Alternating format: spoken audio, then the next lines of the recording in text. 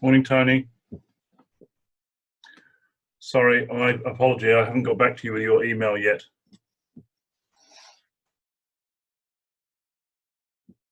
You're on mute. So I am, yes, no longer. This thing seems to decide beforehand whether it's going to be on or off. What it's going to do. Yeah, don't worry about it. It's, I mean, you know, when you're ready, because the main thing I'm working on at the moment is to be able to launch a 7-event course on our core methods. Yeah. And that's the main thrust. I'm having a meeting tomorrow morning with the web agency that is starting to look after us and making things more feasible on the bits and bobs level. Yeah. Sure. Yeah, I'll have a look at that. But it's just just a few things cropped up this week which has kind of blown me sideways a little bit. That's all. Yeah. Let me just while you're there, test.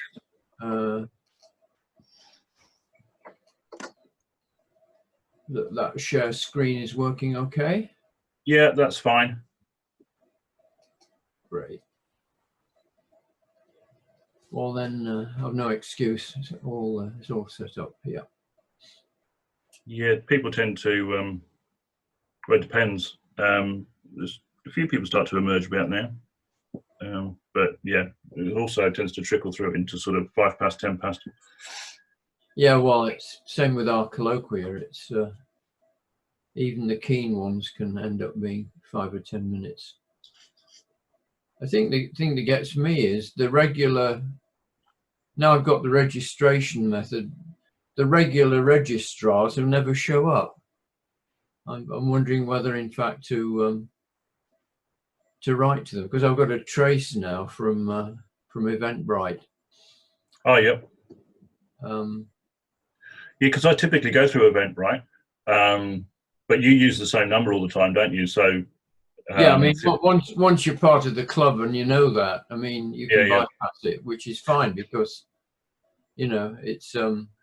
I guess I always kind of tend to think that it's useful at your end if you know that because I can't always attend, whether you know that I'm going to be there or not. Because, you know, when it gets to 5 past the hour and you're sort of saying, well, Phil may or may not be joining us, it starts to screw the process up a bit, doesn't it, really? Yeah, well, I always prefer everyone to use it, even if they're regulars, just so that I can anticipate. But at least if that doesn't work out, you've got a privileged bypass. Yeah. Hello, Fernanda. Hello, Mrs. Hodgson. How are you? I'm very well, thank you. Nice to meet you. Nice to see you. Yeah, we've only been digitally introduced, haven't we? Or at least this is digital, but at least it's visual as well. Yes. Sound and vision. So I've tested out the share screen with Phil and everything's lined up okay, so we can relax. Okay, great. We can always wait like a few minutes after one. But oh yeah, sure. People will start coming soon. Yeah, there are always a proportion of drifters. Yes. Wash in with the tide, yeah.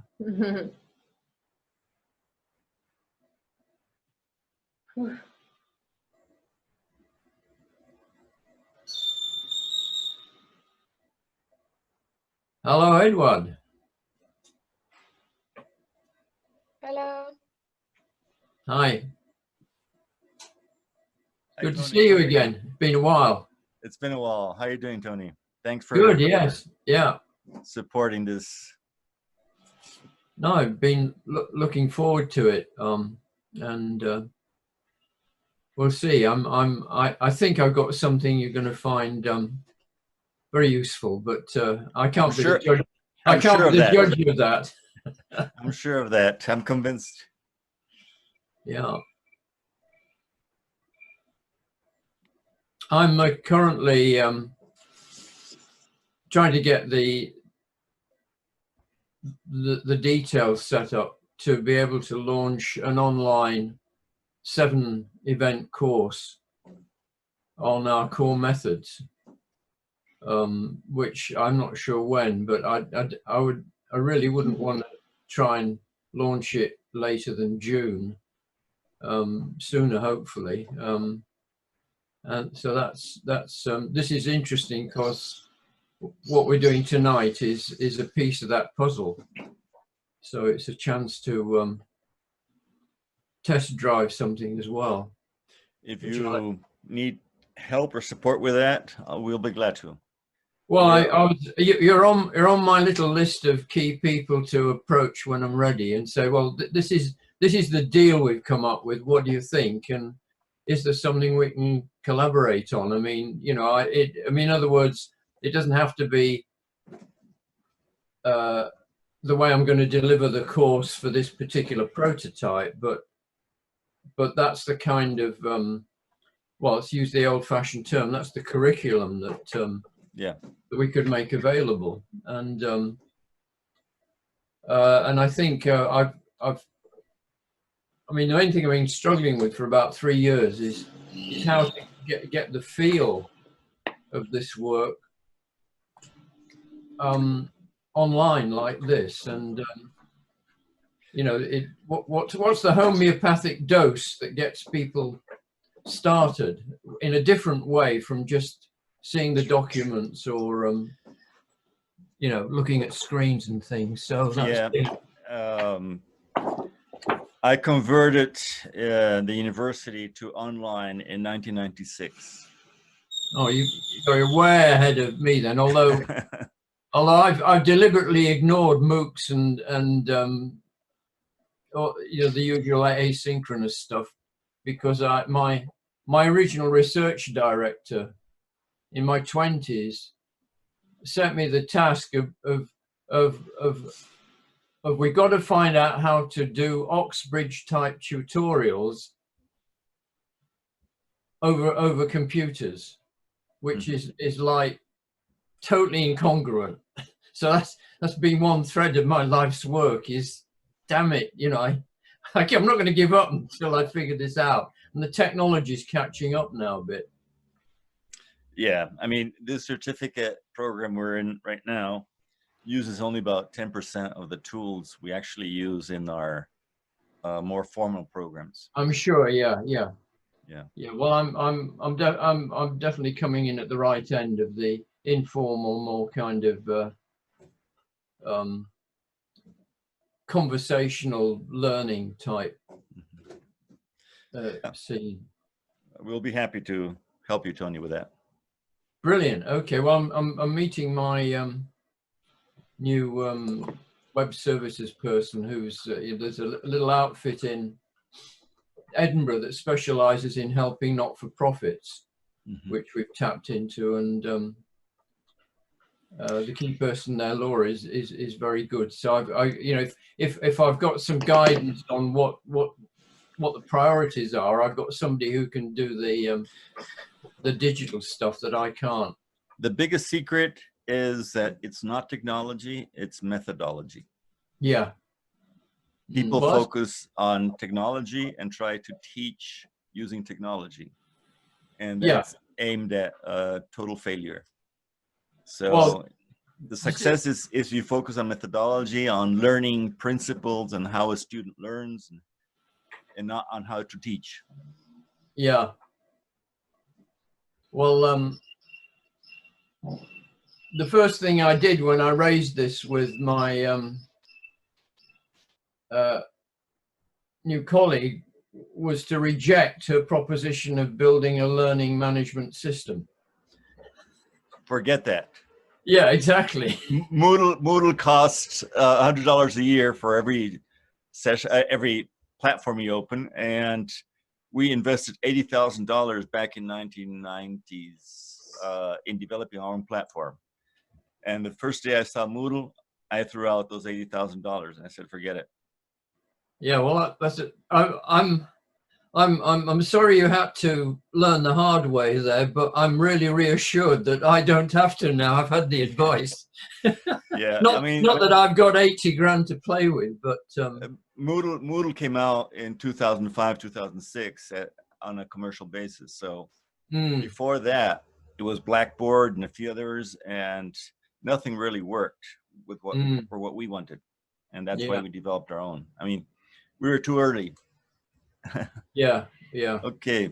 How many people we have now? 10.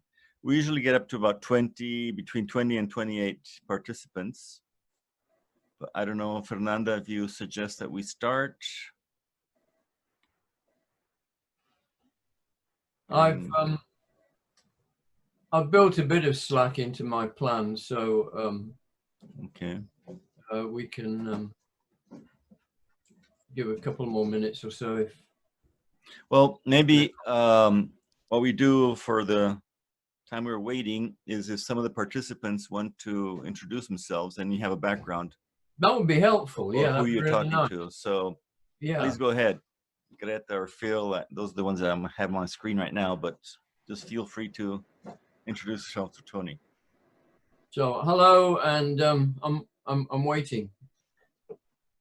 Morning again, Tony. I think Tony probably knows who I am, so I don't need to say too much else unless Tony wants me to ask me a specific question, which he feels there's some kind of ambiguity he wants to resolve. I don't think so, Phil. I mean, you know, I have no difficulty in raising ambiguities, but we don't have to do that right now. No, fine. I'll shut up then. Yeah. So perhaps I'll just pick names off the screen because everybody's on. I'll pick the first person who's on video. Greta, could you introduce yourself? Yes. Hi. I'm Greta, and I'm from Lithuania. I'm working. What do I work with? I've kind of quit my corporate career in a bank and started a consultancy, helping those companies to be more systemic, you could say. My way of doing it is through information and reporting, because data is my background. Just using it in a bit different way than they used to. Great. Okay. Marek, is it, or Marika? Hello, Anthony. I'm really excited to join you today because I'll be giving a webinar next week. Oh, right. Yeah, and so I thought I might join you guys to suck up all the information. I'm a scenarios and policy researcher at UCI. In UCI, we coordinate a future scenarios project for CCAFs. CCAFs is the CGIAR research program in climate change, agriculture, and food security, and I coordinate their future scenarios project here in Latin America. So in a very participatory way, we involve stakeholders from different sectors to think about and explore future uncertainties to help countries plan for climate change adaptation and mitigation. So it's very qualitative work, and we combine it with quantitative scenario development. And so I'm super excited to be able to join you today and learn from you. Thanks so much. Okay, well, very welcome. Yeah. Ricardo, hi. Hi, nice to meet you. My name is Ricardo. I'm a vet. I'm from Costa Rica, and I work with conservation and education, and recently created a training program for young professionals related to wildlife medicine. I'm included this part of regenerative development and also integrating all the One Health approach. So I'm very excited to hear new things and learn new things to incorporate it in our program. Okay. Is Alex there? Yes, I'm here. Sorry for the video. Having some trouble here with the connection. I'm Brazilian, but I live in New Zealand, in Auckland right now. And my personal goal is to use design science to develop something like the business model canvas, but focus it on regenerative agriculture. So I want to adapt and develop tools that are commonly used by startups, and as an entrepreneur and venture capitalist myself, to be able to figure out a way to fund and propel regenerative business throughout the world. And I'm here in New Zealand to use New Zealand as a test tube. And I'm here as a Edmund Hillary Fellowship Fellow. So there's a bunch of people connected to regenerative agriculture and regenerative business and sustainability in general throughout the world that is connected to the fellowship. And some of them are moving here just like I did. So my goal here is to, actually I'm pretty new within the topic of regenerative agriculture and regeneration in general, even though I've been working with sustainability related topics for, I don't know, I think almost 15 years by now. But the goal here is to understand the mindset, understand the problems that people that are trying to apply regenerative thinking to business, try to figure out what problems they have once they're trying to figure out how to have a financially sustainable business. And my background is in finance, so my goal is to sexify regenerative agriculture to allow people just like myself, young professionals, young entrepreneurs, to be able to go to the land and regenerate soil mostly. Okay, great. Edward, obviously if we go around everybody. No, I think that's enough. Yeah, you can but go ahead. It's great. Thank you very much. And apologies to those of you that haven't introduced yourself. I hope that will emerge in the discussion that we'll have later on.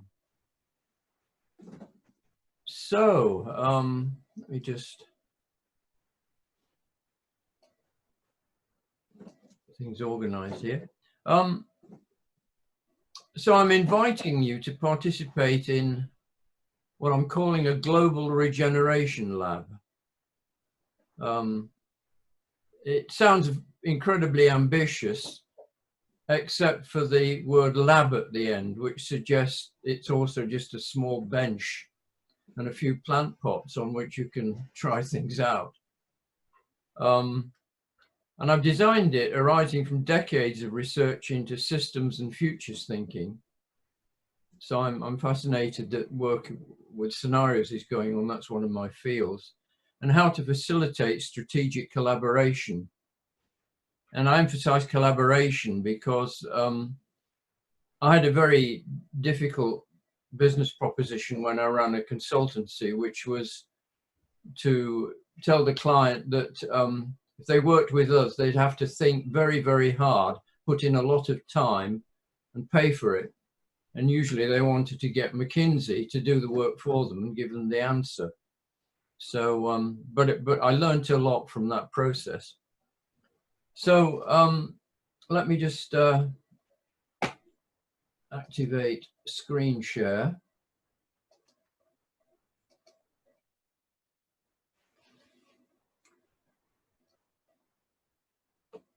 Okay, so here's a roadmap. I'll just loosely go through the 4 blocks, as it were. I don't believe that regeneration is possible without transformation, and that transformation is not possible without a pattern shift in human consciousness. This is a prior condition to shifting the pattern in the outside world in a constructive manner. We have to begin from ourselves. So first, we're going to explore the nature of pattern shift. Then I will introduce the world mandala. You will have seen this portrayed as the world system model in the references to the IFF World Game, if you've had a chance to look at those. It is indeed the basis of a systems model incorporating cybernetic principles, but in this application, it is employed to help us visualize emergent realities much as is the case with mandalas in Eastern spirituality. It has an evocative attention-directing role. This will be the basis of our lab experiment. This is the heart of the session. Thirdly, I will quickly brief you on some of the applications which we've been prototyping over recent years. And finally, we'll open up the potential of this tool and method for operating at the many nested scales required for planetary regeneration. So let's begin part one. How do we make the shift from the degrading pattern of the problematique to a viable organic pattern which has a thriving future for all life on Earth? Are you hearing me okay? I had a message that my internet had gone unstable. We're hearing okay. Okay. Actually, there's a... Yes, okay. I've done that trick to get... Okay, let's begin from how the world looks. Here is one of my favorite representations of the problematique, made by my colleague Bob Horn of Stanford University.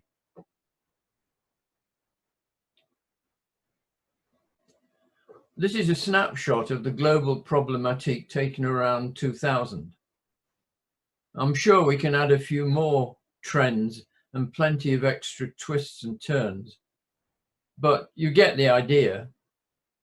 This stuff hasn't gone away. Regeneration has to take place in the midst of this, with all its momentum, discontinuity, and uncertainty. But as if this isn't enough, we also have to navigate some very worrisome forces that severely limit our room to maneuver. Traditionally, there are 4 horsemen of the apocalypse. I reckon there are at least 7.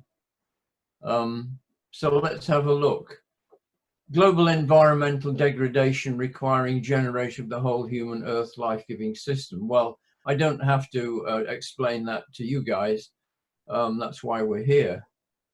That's a big one, but we've also got a world with fragmented worldviews that consume our attention and breed conflict and destroy collaboration. Makes it difficult. We've also got the technology wave of displacement by artificial intelligence, confining and usurping the scope, growth and flow of human intelligence. So you can tell I'm not a fan of the singularity because I'm interested in the human being and the human qualities. There's powerful psychological manipulation, distracting and enslaving the collective human psyche and will, and that's been going with propaganda for many years, but of course we've got the more intense spread out version of social media that are misused. Accelerating wealth divide through accelerating ownership control by exploiters of the exploited. So not only have we exploited the planet, we've exploited each other. And that has actually led to a massive asymmetry in the accumulation of wealth as we normally define it. There's information displacing real thinking, eroding capacity for independent thinking, discovery and appreciation. To put it very crudely, we too easily mistake Google for thinking. So we have this fantastic and incredible access to information, but we're possibly losing the capacity to think what it means.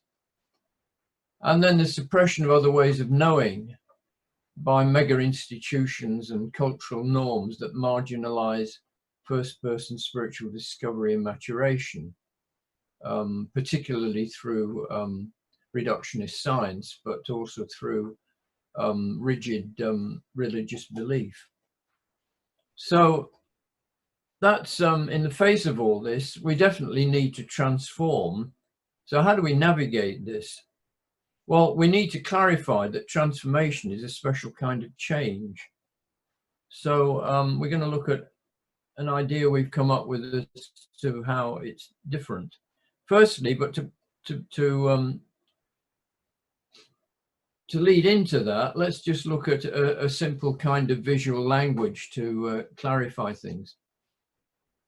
So the vertical dimension is, if you like, this increasing complexity, uncertainty, and tension. And the horizontal is going to be layers of the way we try and tackle it. Now, historically, we're very much locked into what I call a first level, which is essentially rearranging the bricks, maybe adding a few, maybe taking a few away. The second level, well, we get smart and work out how to stack the bricks differently with new principles. And that's adaptation, which of course is a very valuable step. But the situation is really moving to a repatterning where bricks no longer do it. We need flowers, something very different. You can't just keep adding Lego bricks to each other and make real flowers. So that's, if you like, transformation. Diagram represent a change over time. There are three modes of change. We can map this into a method we call the three horizons. So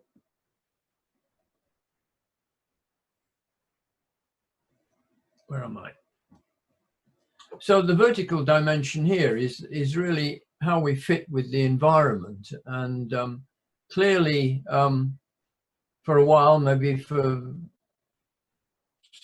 even 1,000 years, we fitted reasonably well with the environment, even though we were exploiting it.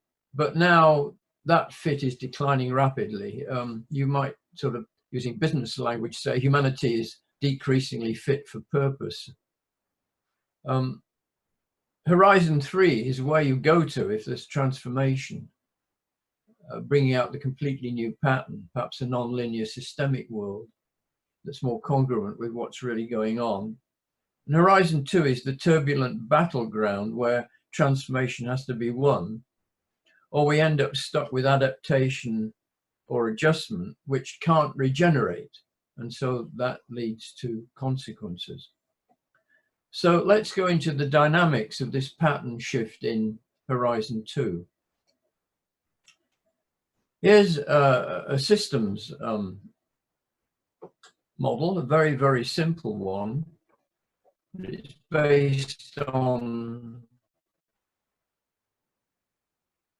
three profound teachers, either engaged with indirectly or directly.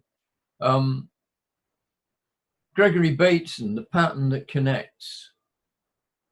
Heinz von Forster, the matrix that embeds.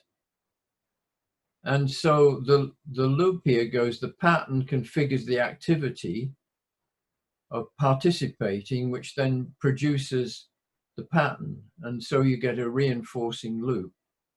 And that also could be characterized with Bucky Fuller's interesting notion of the pattern integrity that's independent of the medium by virtue of which you've received the information that it exists. So there are patterns in society that keep popping up, even if things appear to change in one sense. So the technology changes, but the human behavior pattern keeps cropping up. So let's look at the pessimistic view of that.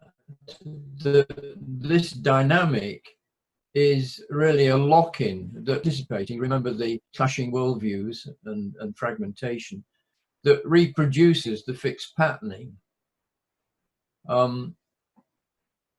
However, this also shows the secret of transformation.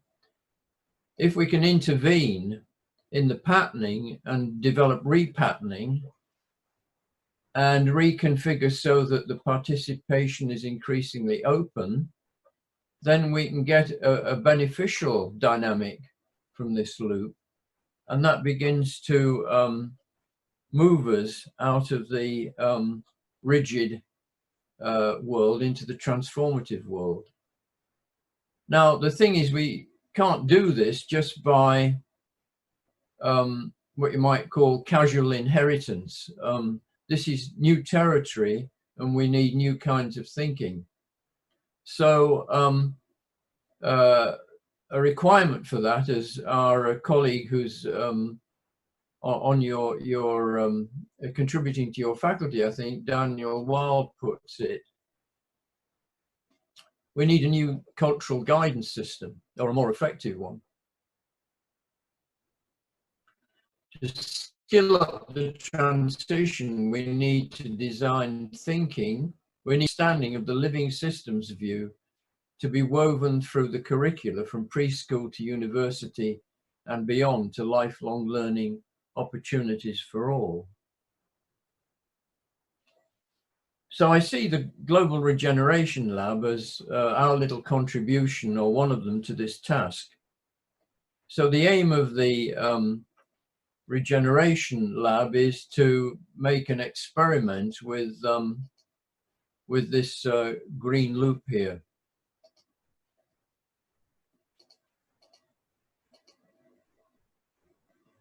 Now, to do that, we need methods and tools, as well as personal development and skills. So any strategy of regenerative intervention needs to address the needed shift in both the patterning and the participation. In our H3 Uni work, we've developed several tools and methods, but the most direct are the wisdom wheel and the world mandala. So each of these tools has a more specific contribution to make to the cycle. So we're going to concentrate today on the mandala. The wisdom wheel is another whole process, but I just wanted to signal that you need the whole loop to get the benefit. So here is the world mandala, and I'll make a few comments about it.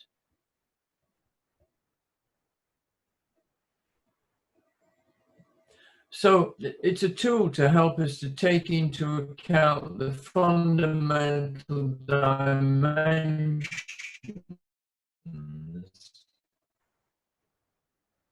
of what needs to be taken care of in a Horizon 3 viable, to take a whole earth approach. It is cast in very simple categories deliberately to avoid the trap of political and academic bureaucracies that have fragmented, over-specialized, and buried our common sense. This work was carried out some years before the emergence of the Sustainable Development Goals. So it's interesting just to map these onto the world mandala. So from my point of view, I reckon the SDGs did a reasonable job of covering the dimensions, but totally lousy on the interconnectedness and systemic relationships. So that's awaiting to be developed. Some people have begun to try that. So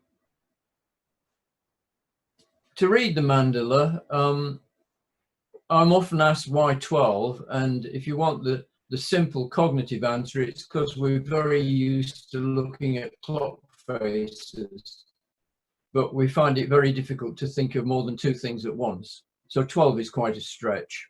So it's based on 12 factors in a healthy eco-social system. That means there are 66 cross connections that also need to be healthy. And in the IFF group, which I'm a member of, at one point we got some funding to try and get the British government of that time to consider, or its bureaucracy, the relationship between energy security and climate change. And we failed, although we had some good scenario work and workshops. And that's only 1 out of 66 connections. And it's interesting that the Prime Minister only today, having sacked the person who was going to coordinate the COP26 in Glasgow, has appointed somebody who's an accountant and a lawyer. So heaven help the global environment. Anyway, that's by the way. Each node is also a focus for research and analysis, so that there's a huge raft of complexities underneath all this. And the structure helps to encourage synthesis, synergy, and pattern discovery, which are important for getting leverage out of what we're trying to do in various missions and projects. So to animate this a bit, which would be fun to do if we were together in a workshop room, but I can sort of simulate it, is I think all of you will have heard of a certain virus that's popped up in China, coronavirus, and various degrees of panic are going on in different places. So a pandemic breaks out in well-being. Well-being is disrupted by infection. The infections shock communities.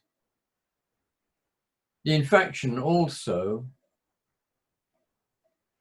provokes quarantine, limiting habitat. People are actually locked up if they've got the symptoms. Quarantine disrupts food supplies.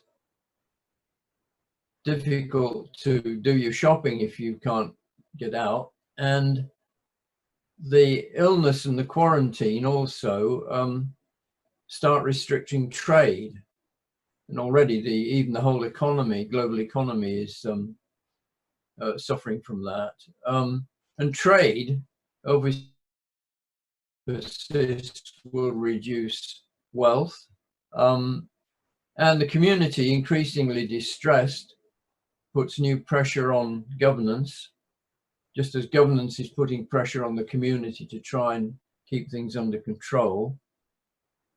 And the habitat stress eventually degrades the environment, can't be looked after in the same way, and that disrupts well-being, and there's a loop there, and so on. And so if you're a public health official, you have to do this kind of thinking. But if you're a whole community, how on earth do you synchronize that in a way where you don't get vigilantes attacking people who are not wearing masks and various other aberrant behaviors and so on? Anyhow, we're not having a seminar on pandemics, but I just wanted to pick something that would kind of illustrate that as a diagnostic, at least. So that's really the end of my introduction. So I'll briefly stop share and take any questions, and then we'll move on to the practical exercise, which is the lab proper. But I just wanted to set the scene.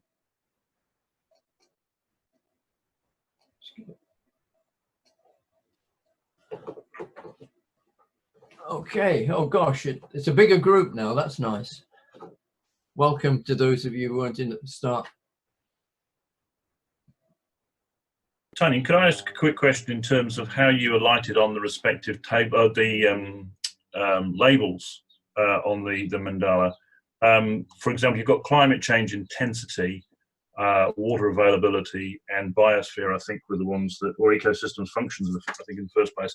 Obviously, those are obviously quite related, and I suppose climate change intensity and water development outcomes, but would it not be more appropriate to say like the water cycle, and would not climate change be a part of biosystem functions, for example? So I'm sure there's a rationale for it. I'm just trying to get my head around how the labels came to be about in the first place.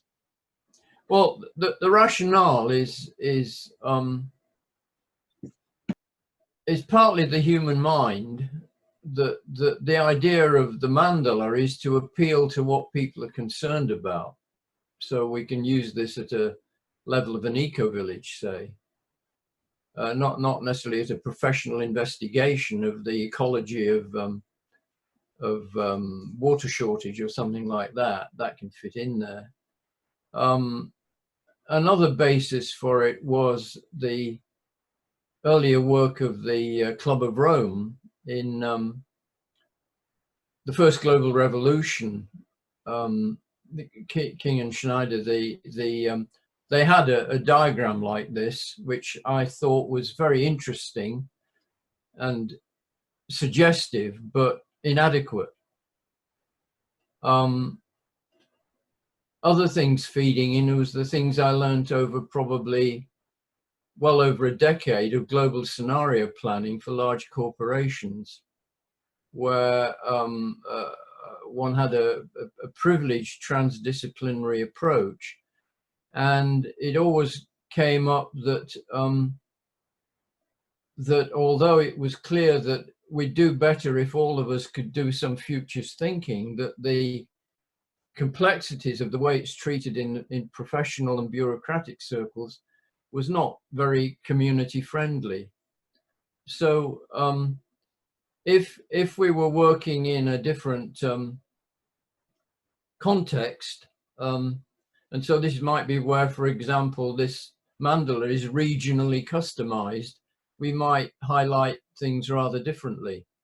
If we were using it, as I did once, to do a rather tortuous project for the Foresight group of the British government on what would be the impact on the United Kingdom of the impact of climate change on the rest of the world, then it's quite different. You know, there are 400 citations behind what was going into the nodes there. But I think the main thing is that the third big reason for me is, what can we actually hold in mind and visualize? We're all very good at making lists, but we're not very good at visualizing dynamic patterns. And so it's quite a stretch to hold the intensity of the diagram. And so you want the nodes to be, you know, as I put in my introduction, very simple common sense things that you need to take care of. If we lived in a stable climate, we wouldn't have climate change on the model. There's another thing I'll show you later on, which is where the approach was adopted by Glasgow City for its city indicators. And they have 12 rather different items around their circle, which are less environmental and more kind of civic. So I think, again, you can separate the content of what you're going to use this tool for versus an emerging methodology of how you actually stimulate different kinds of thinking. So I hope that helps a bit. Cool. Yeah. So I mean, effectively, they're almost like the. I mean, these, you might say, the mega scenario drivers, but you can change them. You change the mandala or adapt the mandala to suit your purpose of the process under consideration. Yeah. It's the structure of the mandala itself, which you're saying is helpful in terms of getting us to think more systemically. Well, yes, from that point of view. From another point of view, I have fought with my colleagues not to give up on this, because I have a personal, deeply held belief system that for a generation, as we now call it, we need these to be thought about. So I'm not very keen on people using it as a 12-fold way to think about how to strip the planet of more resources and that kind of thing. So you know, any technology is also has to be viewed through some kind of guidance system. And so you'll see from one of the examples where we've applied it to Scotland that it leads to a very interesting overview of the state of the nation. Any more questions at this stage?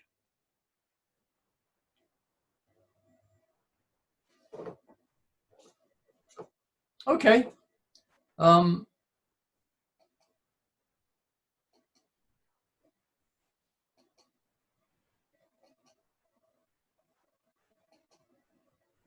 So let's see how we can work with this. So I think we'll all agree that resolving the global problematique is likely to take longer than around 45 minutes and involve a lot more people than us.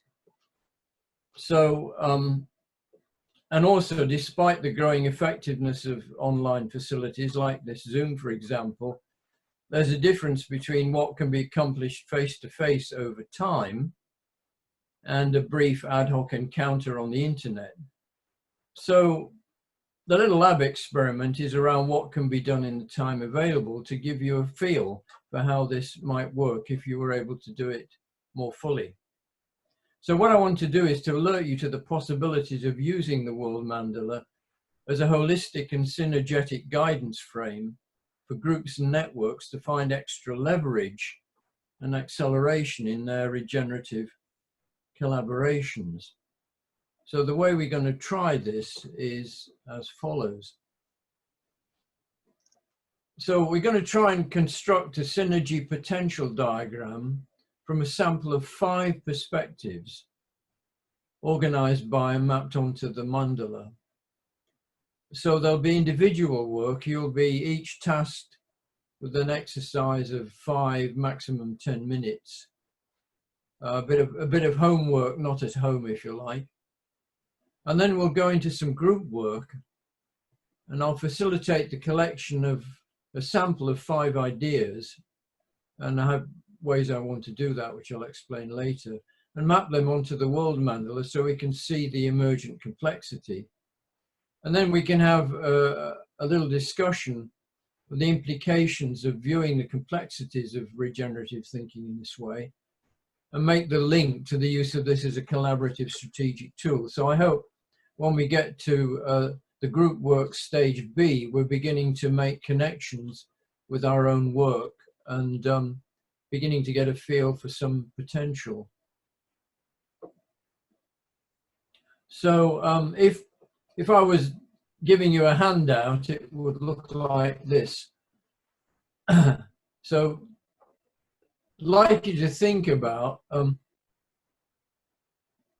what a bit of grammar here. What is a regenerative project you're working on at the moment that you would like to try out in the lab?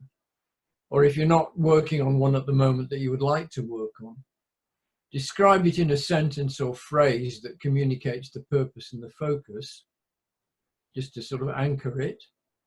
And then which of the 12 mandala nodes is it mainly centered on? So where might its center of gravity be in this diagram? And you would relate that to the box at the top there called main node. And then which additional nodes out of the remaining 11 have the most power to help your project? So you're picking 3 out of the remaining 11. So I've called those support nodes for this exercise. And then if they're going to be helpful, something may have to happen in them or in the relationship that helps where you're at. So is there a potential action for each of those 3 connections that would improve the way it would help? Is there a synergy there that could be developed? So just a very simple overview. So just to kind of show you how simple I want it to be, no complications. Say you have a project to stimulate community food growing. One of my colleagues actually did a master's on that in Dundee City recently, in order to increase the social capital for a generation. In other words, it's not about feeding the city, it's about people coming together and realizing they can do stuff together. And that will need community participation. It will need working with the habitat, because there's unused city council land that could be redeployed. And to give a bit more incentive, that it could be develop perhaps a local food market. So the action for X would be maybe setting up citizen workshops.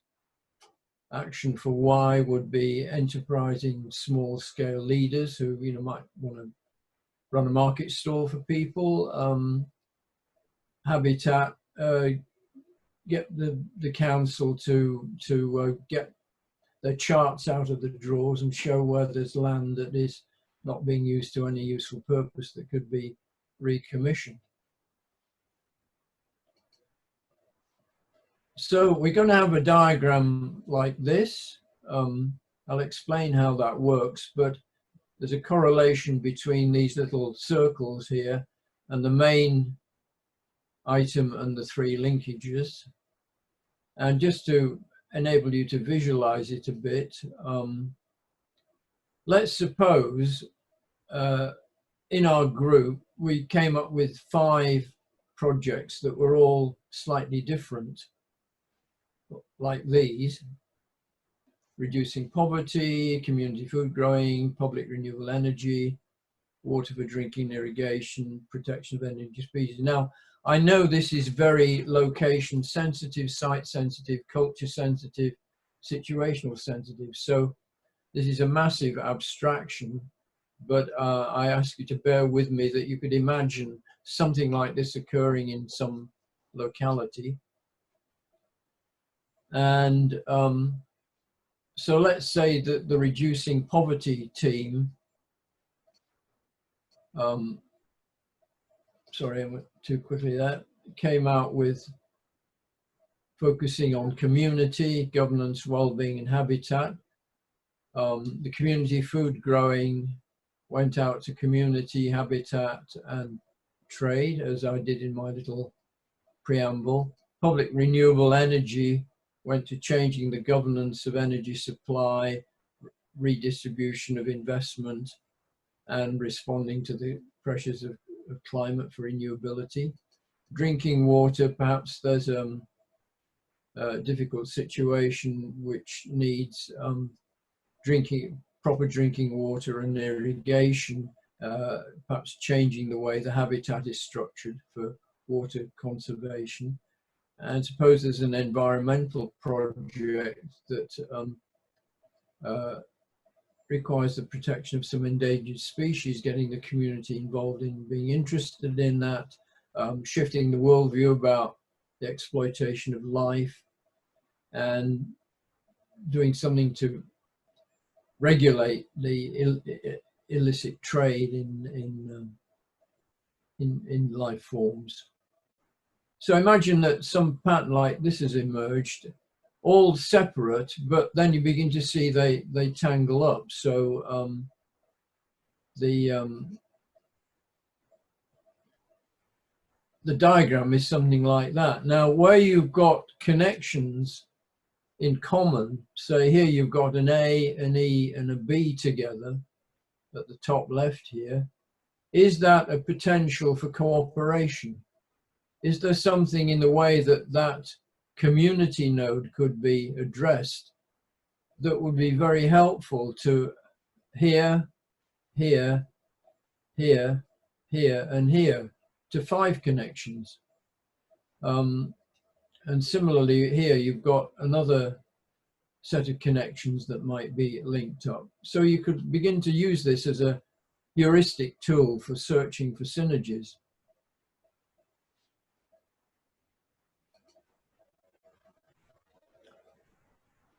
So that's an example. But here we have the handout form again. So I'm asking you to hand it out to yourself virtually. Just maybe sketch on a piece of paper your idea of a project, your reflections on the main and supporting nodes, recognizing that there'll be more than 3, but this is a prioritization exercise, and just getting a feel for what a connecting action or exercise would be to bring those together, particularly if they're not very strongly linked, or there's even a toxic relationship where one thing is blocking another. So I'm going to look at my clock and give you, well, 5 minutes for starters, and then check you out. And then if that's gone okay, we'll move into the pulling it together. Now, there are more of you than 5. So the invitation is that only 5 of you will get your project mapped. I'll be looking for projects which are different, so that they bring out the contrast in the mandala. And I hope that those of you who have not had a project picked in the next stage will nevertheless find that you kind of surfed along with the process and got the feel of how it works. So I'm here for any questions of clarification if you have difficulty in getting started, but otherwise I will now be quiet.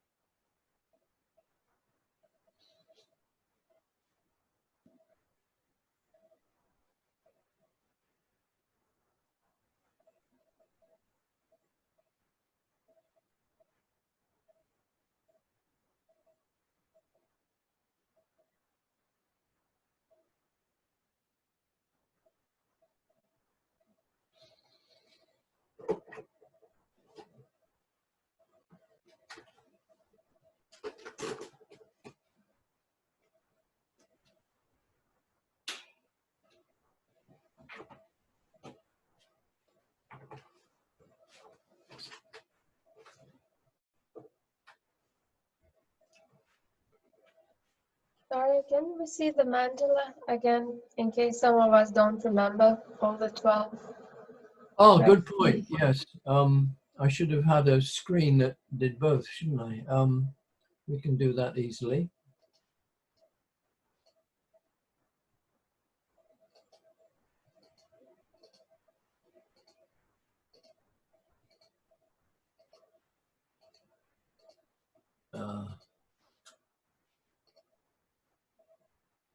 So I wanted to get one that was without any lines on it.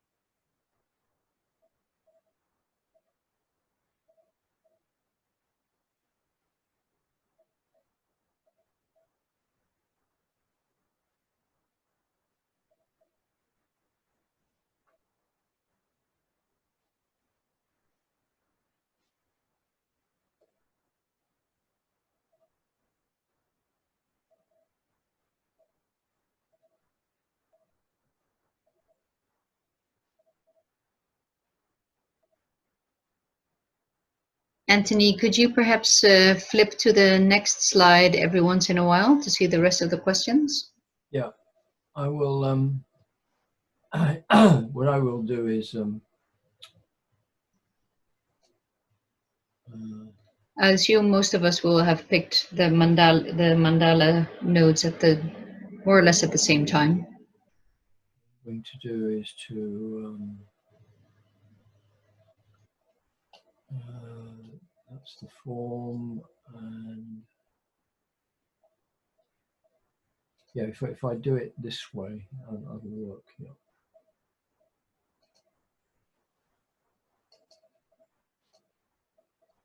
No, it's not.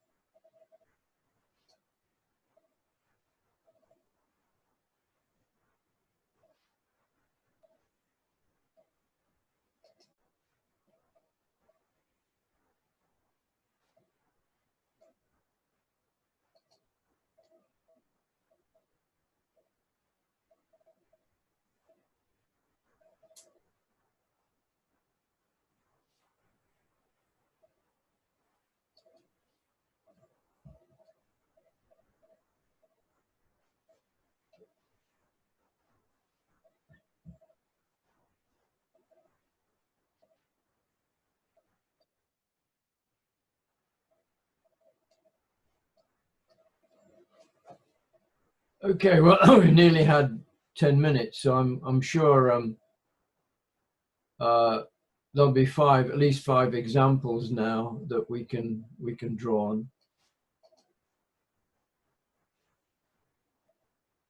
So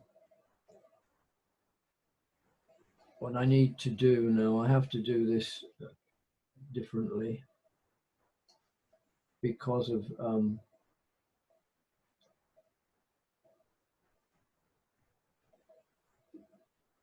I'm going to make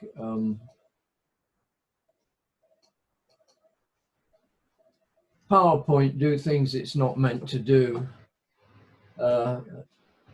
until I can get somebody makes the right kind of software for this. So somebody start by giving me the headline of their project and then which node it's centered in.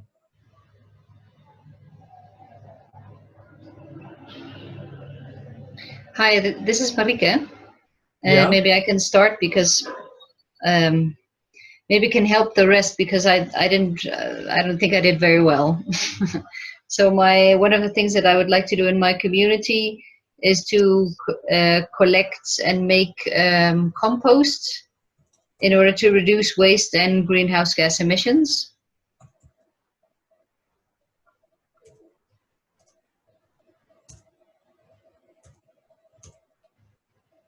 You want to put a no in there? All right, okay. So where would you center that in your mind? So I was figuring that the main node would be community. Okay. And then connect that to climate. Well, in the first place, we would have to connect it to waste, but I wasn't really sure where to put that. So maybe it would be food and agriculture. I'm not sure. Maybe that should be the main one.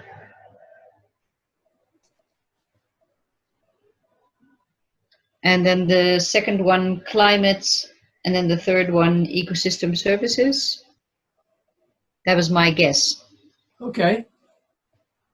Great. Okay, so that's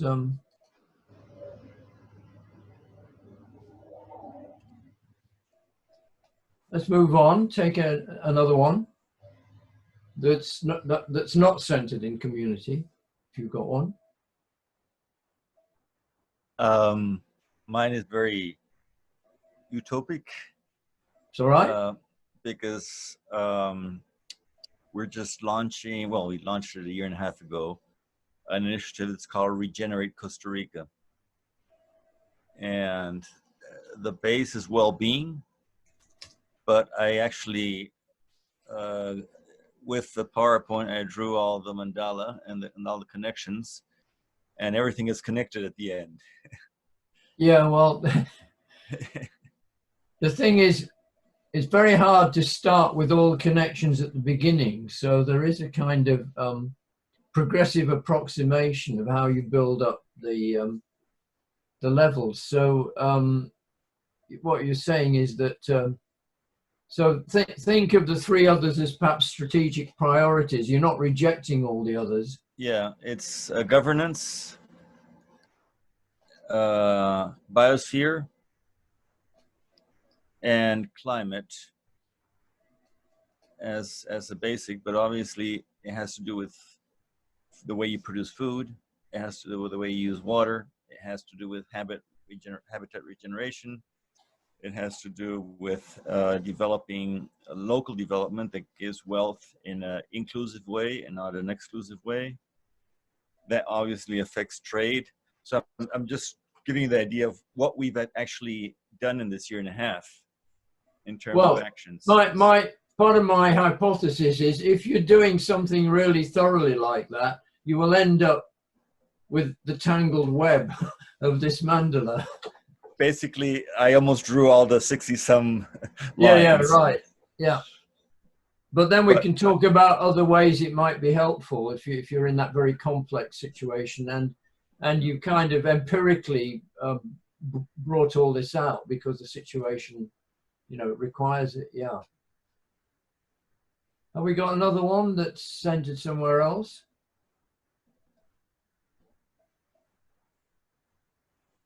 Okay. Phil, yeah.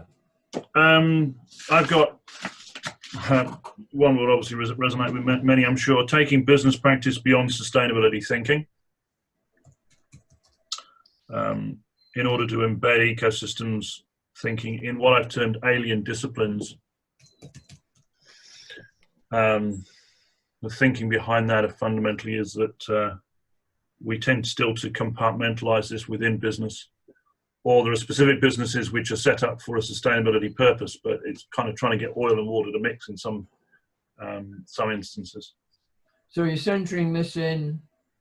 I'm centering it in business and trade. Right. I thought the three that probably supported it the most, obviously grammar issues, cultural value and worldviews, governance and institutions, and economy and wealth.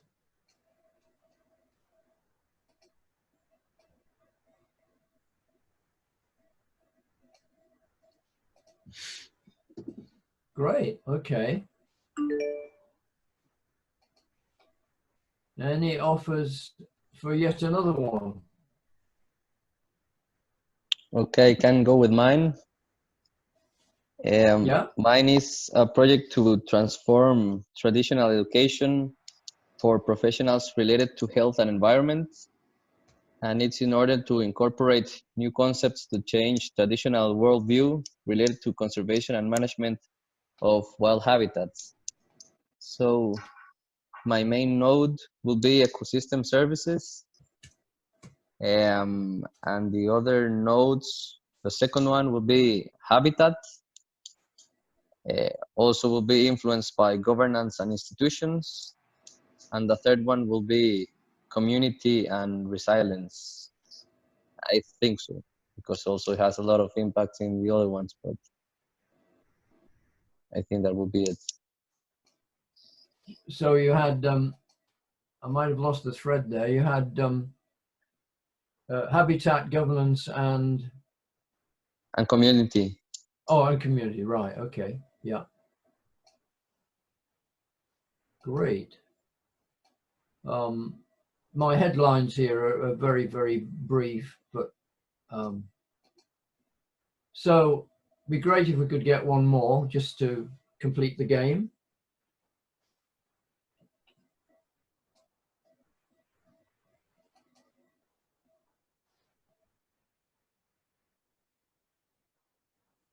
Anybody else?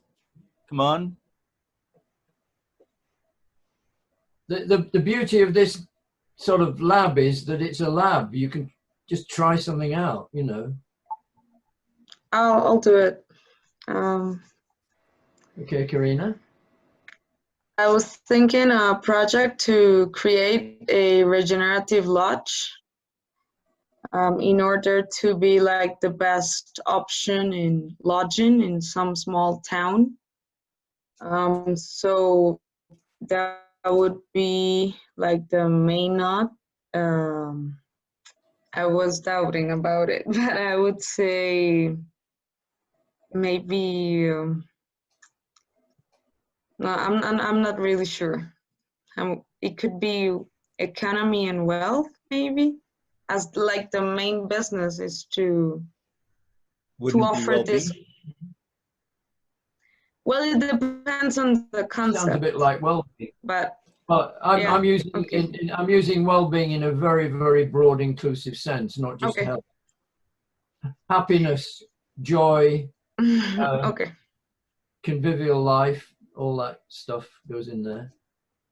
Okay, great. The other complementary nodes would be community, to participate like the talent, the local talent in this lodge, as vendors, as suppliers, or as collaborators. Then I would say trade, so you can buy local products there, and also biosphere, because part of this lodge would be to sensibilize and educate the visitors about the practices we apply there. Great. Yeah. I need to spell better or type better. Oops. Generative lodge. What's going on here? That's it. Okay, so the interesting thing here is that from the bigger perspective, which was perhaps best exemplified by Regenerate Costa Rica, there's an awful lot of things need to be brought into the pattern.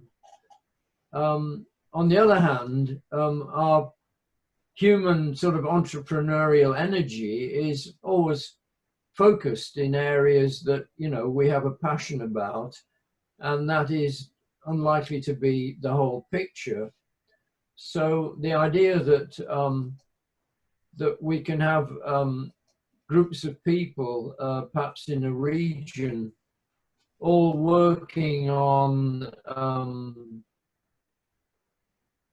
projects that are contributing to this, and begin to look at the pattern that that presents, then there are a number of things that can come out of that. Firstly, the point I made earlier that where different projects come together around one particular node, like governance or community or biosphere, then there may be scope for collaboration across projects. Where the key project has a difficulty in a connection, for example, I would like to do business beyond sustainability, but the vested interests in wealth don't want to do that. They want to privilege profit. Then I've got a blockage. So you can also begin to map where are the sticking points in getting the interconnections flowing. And you may be able to borrow from other projects, initiatives that help that. And the other thing is use a technical term, heuristic, but think of it as discovery, that perhaps in a developed bioregional system, human system, all of these connections would be having some kind of positive buzz. And so can we spot connections that haven't been made that it may be worth checking out? You know, so a project could be expanded a little, or one of the experiments I did with a social enterprise group was set them that they had to invent an idea for a new social enterprise that combined 3 or more nodes. So that actually, you know, setting out to combine things, so you got more, to use the old-fashioned language, more bang for your buck through bringing out the synergy.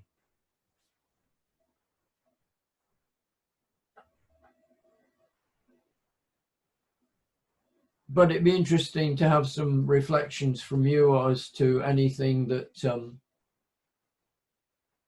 began to stir in your mind as a result of doing this little exercise. Hi, Anthony. Yeah, just from the top of my head, what I'm seeing, and I really think this is really super valuable when you're actually thinking of planning for regenerative development. So because it's what I understand from this model is that it's basically a way to find synergies between different initiatives in the same place or in the same working space. So I'm just looking at community, and this idea I just made up to collect and make compost in my community. It's connected with Karina's idea for a regenerative lodge. And so I can imagine that the compost that's been made in the community, it can increase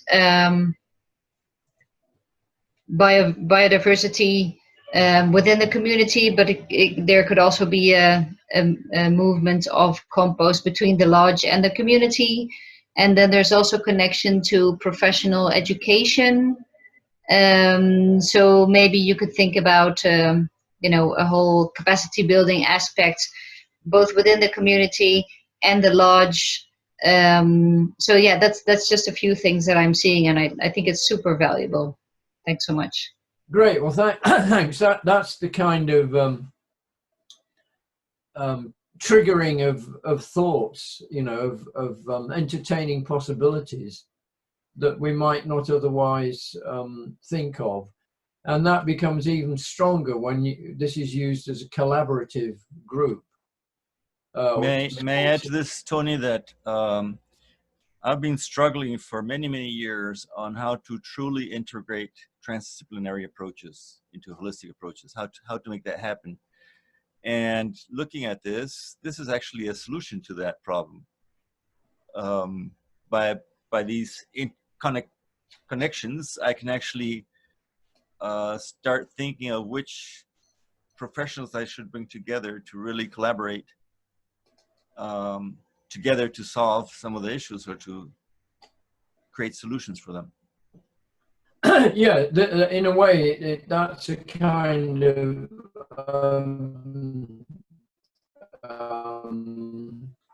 a way of using it as a kind of what you're looking for, but you need to articulate this next level down to kind of see if you're covering the, as it were, the human planetary organism. And then here's an example, and I'm not expecting you to read what I'm going to put up now, but just to give you a signal that you can use this to orchestrate an awful lot of things. So, you know, you can put those kinds of things in well-being, food, all of those things, put various things in trade, dealing with energy in different ways, different aspects of climate, obviously the biosphere and so on, all the patterns to do with water, settlements, infrastructure, ecological footprints, finance and economy, monetary systems, freedom and regulation, political systems, all the things around propaganda and terrorism, community, education, lifespan, health and well-being in that sense. And then, of course, dominant belief systems, tolerance and fundamentalism, and consciousness itself.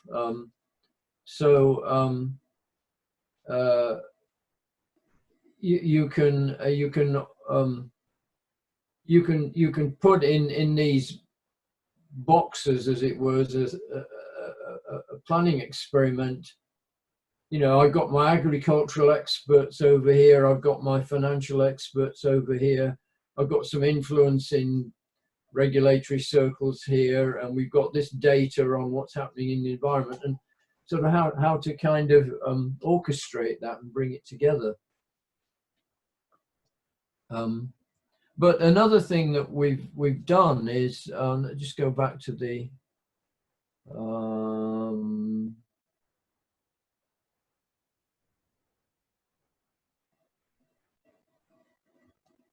this one again, is that in Scotland we did two very interesting pilot experiments. One was on health protection, that we had a group of doctors and public health officials and government people go through a world model workshop to critique how Scotland was doing in terms of health protection. And for example,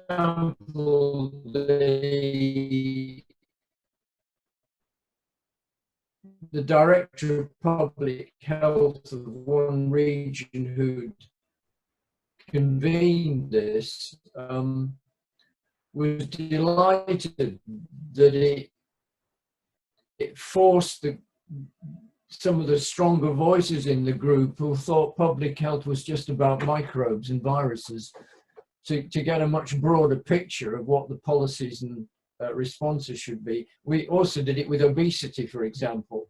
So the idea came up of focusing around community as a particular focus, and then perhaps up here would be more like education or poverty or other things that are factors that are playing into this central arena. So although I set you off centering your project in a node, that was just to get you started. That you can flip it around and say, anything I'm doing should sit in the middle of this. Tony, yeah, wouldn't mind your feedback. I'm actually thinking I've got a problem next week where I have to facilitate a conversation at an industry board level who are looking to prioritize their sustainability commitment. The chair is all about, well, it's just about restoring nature. And the board have agreed to that. But they also say, what about the people? And so they're having a conversation about how do they kind of take this forward and develop some priorities, but without losing sight of their agreement that they're going to. It's about restoring nature, it's about killing pests and all that kind of stuff. And I'm thinking actually that you could use it almost in an inverted sense, the mandala, to say, okay, so we've got this thing which is fixated in essence there, I would guess, around the biosystem services, or the down at the bottom quadrant, the ecosystem function. And then it used the group to essentially, from their own perspectives, understand what they regard as the 3 priorities to support that action, and to come together with a cluster. You can see potentially some additional priorities that emanate from that, without losing the focus on that initial node, and keeping the conversation on track. Because they recognize, obviously, they have to do the whole lot, but they just don't want to start to try and boil the ocean from day one. Quite, yeah. Well, I just gone to another, excuse me, another set of slides that I think. Do you reckon that would be viable? Well, this is a kind of simpler version, if you like, where you turned it into 4 domains. 4 groups of 3, and so the horizontal dimension is very much the world of business in its conventional sense, but the social values in terms of sustainability are more the vertical dimension. And so you could say that, well, if we're going to focus on the ecology, we can't do that without looking at some of the economics, some of the political aspects, and some of the things around education and belief and so on. So you may be able to kind of nudge people into broadening their view to prepare the ground to then, drop them at some point into the full mandala. But the main thing is, in the middle, you're putting your client. Dear client, you are sitting in the middle of the world. Agreed? Okay, so here's the world that you're sitting in. How are you going to deal with it? Yeah. Anthony, I was just wondering, and also maybe perhaps here I'm adding to what Phil mentioned. I can really see a potential for this as a dialogue tool. So when we try to analyze a problem, we always have our own perspective on it.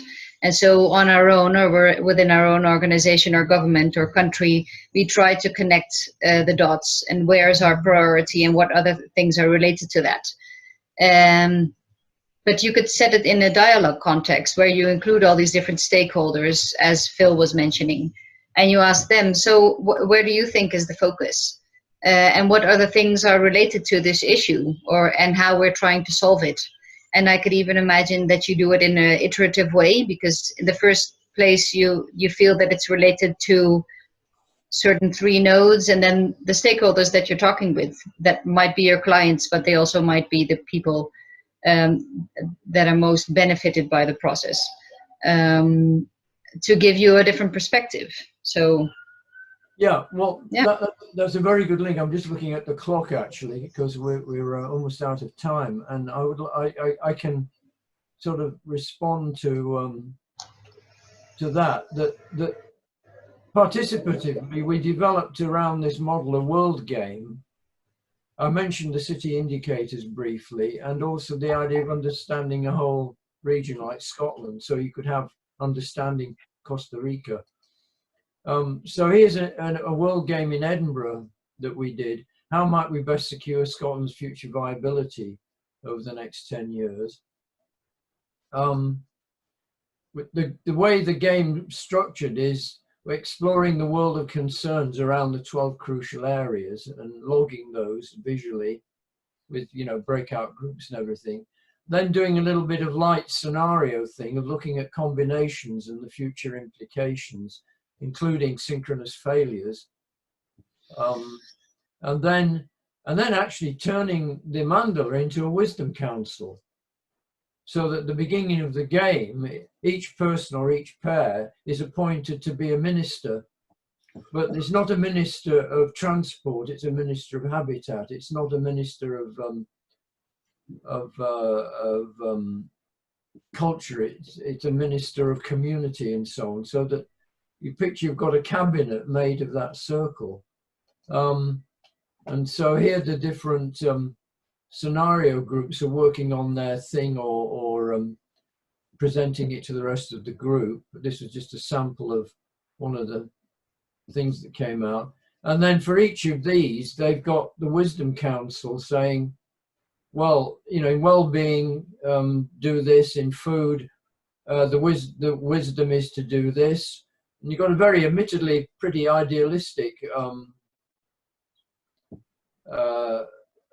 set of principles that came out of the group, worldview, stewardship rather than exploitation, and so on.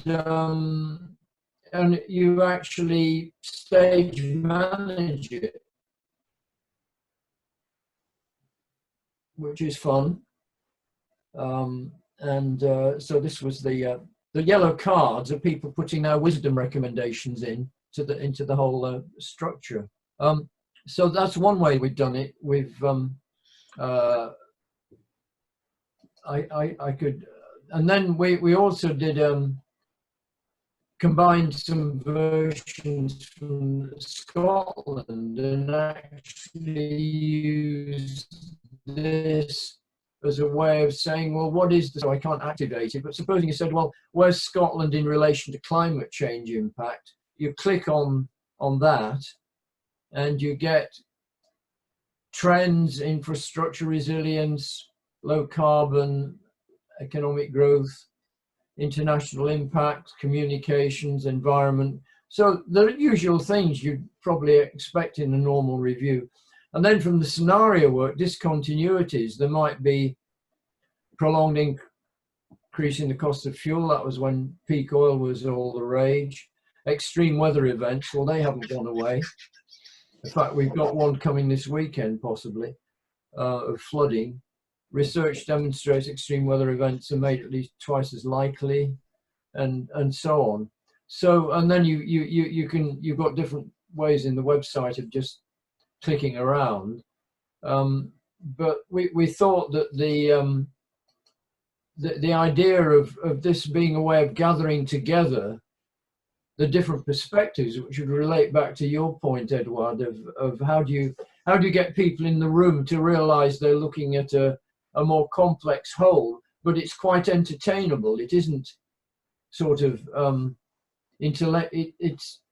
it's actually intellectually easier in the sense that once you've got this idea of pattern thinking, we do it naturally, actually. And then the City Indicators project, which is still is live on the Understanding Glasgow site, is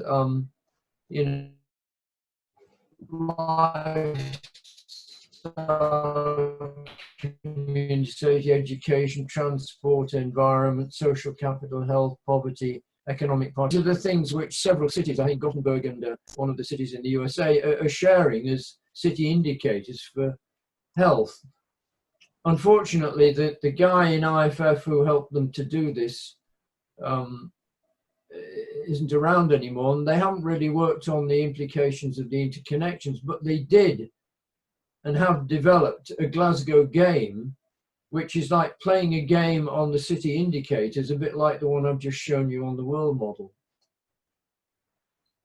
So to round off, I'm going to grab another 5 minutes because we started 10 minutes late. The idea of holarchy and scale linking, that then if you look at the idea of we as well as changing the pattern learning from rigid to transformative, we've also got the idea of new integrities at different levels. So here's the negative holarchy of co-located communities depend on unhealthily depend on global relationship, which exploits them. local integrities become frustrated by absence of this synergy, and it disturbs them. Countries join certain rules of trading that invade their economy in terms of fair trade and so on. And if you can flip that and get these things working in positive loops, that's another kind of way of looking at the different levels. But you can also picture that only 3 levels here, that you can look at the whole planet through this mandala. You can look at a particular city or rural enclave, and so a city will have one kind of pattern here. The rural enclave will have more agriculture or forestry or something, and actually begin to create a common language of communicating on different scales.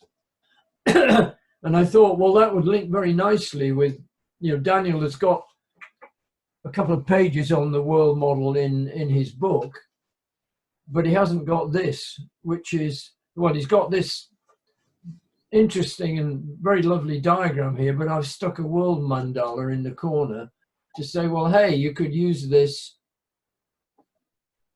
at all these levels and create a more common language for the conversations that need to happen.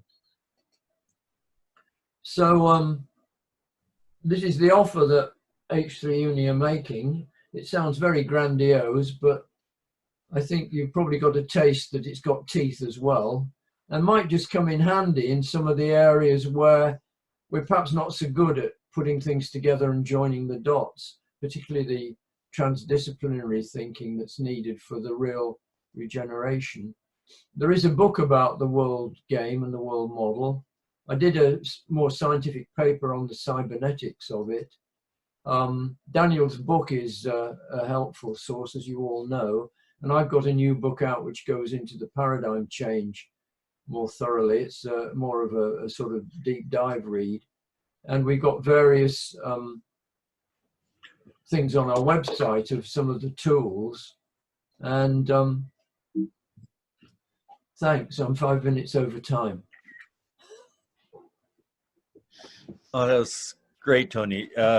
Just a couple of notes. I actually just remembered now that I got a 25% discount on Danielle's book from the editors. So I'll ask Fernanda to put that link up, and you give a word and you can buy it for 25% off. That'd be great. Yeah, if we can, because we wanted we wanted Routledge to price it at that level, but they didn't. But if we can wangle the discount, then it's got a chapter on cooperation. It's got a chapter on the basic value of systems thinking. It's got stuff on the 3 horizons and futures thinking. So it covers quite a lot of the kind of underpinning of this kind of work. Do you think you can have a call with your editor to see if he gets a discount? I should do that, definitely, yes. Okay, and let me know. Another very short thing for you, Tony. Have you used the 7 Vortex? No, I don't know that name. Yeah, I'll put you in touch with that too. It's a mapping system, which I thought when you said I need a software to do this other than PowerPoint, it could be useful. Great. We'll see it later on in the webinars. Yeah, I'm trying to cannibalize and repurpose technology for better aims, as I guess you are. Yeah, I don't know. We still have a few minutes. Okay, well, I'm relaxed. Does anybody want to ask a question or comment, please? Fernanda, I see you are unmuted. You want to say something? No. Oh, well. I had a question. You talked about this doing kind of workshops, dialogues, projects, alliances, but do you have any articulation mechanism, a suggested way to put in action these interconnections? Good question.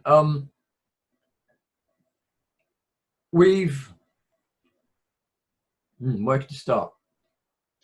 There are obviously interactive protocols that are used to guide the world game that I gave you a glimpse of. Those have not been translated into ones that are workable, not in the game situation. Now, what I've done in this session is begin to open up that space of saying, we can't keep this method confined to it. It can't be less than a day, and it can't have less than 12 people involved, because the world doesn't work like that, and you can't do it online. So what you pointed to, Karina, is something we really have to work on. I'm sure it's quite possible. We've learned a lot about doing it with dilemmas, futures thinking with Three Horizons, with the hexagon mapping for complexity, and so on. And we've also got my colleague David Adams is working on that task for the wisdom wheel as well, which is one that comes out of the Ahama Institute stable that he's been trained in. I'm very much into co-creation. I mean, you know, the stuff on our website is Creative Commons, so you know we want to sort of get it out there and have people play with it. And the Three Horizons is pretty much caught on now, but this is, I'd like this to go the same way, but it might take 2 or 3 years yet. Having said that, if you've got a particular piece of work or event that you want to do, I'm quite happy to spend an hour or two Zooming with you to see if I can figure something out with you. I've helped a number of masters and PhD students figure out how they can do their practical workshops with methods. So subject to availability, so to speak, I'll be really happy to do that, because it's a great learning situation. So co-creation is the game for that. Thank you, Tony. I have a nice solution, which is bringing you down here to Costa Rica and inviting some other participants to come down here. We have a workshop with you. Well, I think I would probably find it difficult to say no. And I really like, you know, I need to meet lots more people like you guys who are really getting, you know, down to it, because I've mainly developed these techniques battling with managers and academics. And at the moment, I'm doing a fascinating project with service designers. And that's great fun, because they combine transdisciplinarity, creativity, and analysis and visual methods. And so we really get on like a house on fire. So, you know, those kinds of opportunities to just progress and share, yeah, would be, I've got to do that. I mean, I ain't getting any younger, so I need to do it, you know, nowish. Well, Common Earth is interested in supporting the roadmap designed for regenerating Costa Rica. And I think some of your tools would be just beautiful to fit in here. So we might actually get the resources to do this. Well, that's fantastic. I'd be happy to work with you, you know, online and offline, to shape something, because obviously I'd need to know a bit more about project to say, well, you know, where are the bits where we could help and which would be most helpful. That'd be great. I'll get back to you in a week and a half. I have a trip to India, and as soon as I get back, I'll look you up. Okay. Now, I'll be happy to send you, send Fernanda, I'll send you a file of the slides I've used, which has also got some further references in. So I'll do that. Why don't I do it tomorrow, and then you can circulate it? Great, yes, because someone was asking for the diagram with the cross-referencing with the SDGs and the Mandela. And also, right, yeah. Mr. Hodgson, I will open like a forum in the platform in case there are like further reflections or comments about the webinar. And then I will let you know if we have any, so that you can respond to it as well. Okay, fine. Thank you, Tony. This has been really great. Beautiful. Well, I'm very happy because there's a lot of energy around the World Game and this work until about 4 years ago, and we just had to concentrate on the 3 horizons with our limited resources, and that's taking off now, particularly through Bill Sharp, and so I'm really happy to take this off the shelf. I mean, I've used it in. I had a very interesting project, as I said, with the UK Government Foresight Group, and it was so relevant to the impact of climate change, and they just didn't get it. Mm-hmm. They just didn't get it. But I learned a lot, and the know-how from that can be redeployed. Great. Well, it's lovely to meet you all, and well, who knows? I might really meet you at some point, or some of you. That would be fantastic. We'll plan on that. Thank you, Tony. Bye bye. Thank you. Okay. Thank you. Bye then. Thank you. Bye-bye.